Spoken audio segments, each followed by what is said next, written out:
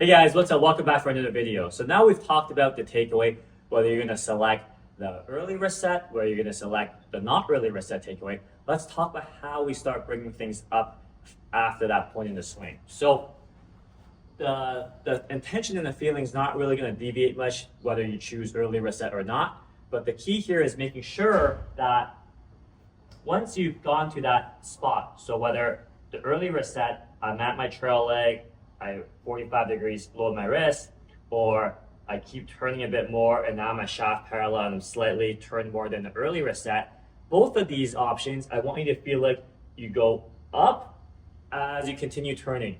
And the key here is making sure you keep this arm unit in front of your chest, in front of your torso. So we've talked about at setup, arm unit is in front of the torso. We turn in the trail leg, arm unit is in front of the torso. We wrist set, arm is still in front of the torso. Now from here, if all I do is go straight up, arms stay in front of my torso, but as I do this, there's no depth, right? I haven't turned it all. And the key is making sure we combine the up as we turn the torso.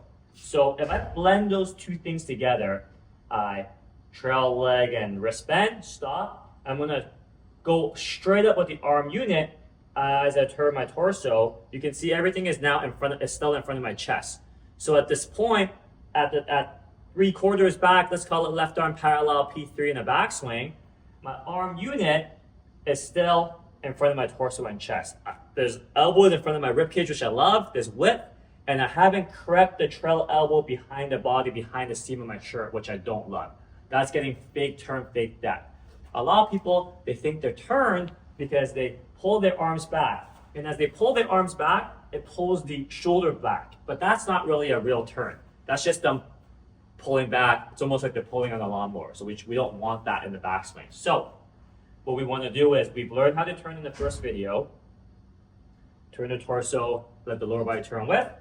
So from here, we're going to do the same thing. Arm unit to trail leg and then wrist bend, stop. From here, we're going to combine arm unit straight up as you turn the torso slowly, and that's how we're going to make the backswing. And you can see as I go up, whether it's at shaft parallel, arm unit in front of my torso, whether it's at P3, left arm parallel in the backswing, my arm unit is still in front of my torso.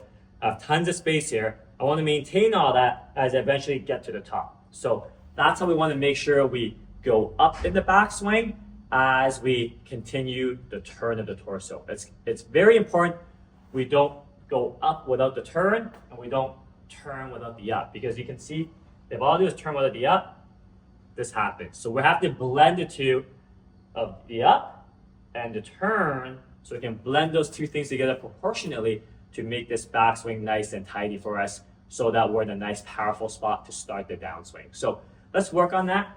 As a drill, what you guys can do is, you guys should have owned the takeaway by now. So trail leg, then bend, stop for 3 seconds, and very slowly, your wrist set is done. Remember, it's an early wrist set. You don't have to bend your wrist anymore. From here, you just turn and go up, and just stop for 3 seconds. That's your drill. If you want to hit, you can just downswing, however you normally downswing. Now, if we call that progression 1, the next progression of this will be doing it as one motion, stopping at the top. So we know in progression 1, we stop at shaft parallel, the wrist is set. As I go up, there's no more wrist. I'm just bringing my arms up as I turn. So let's one motion do this slowly.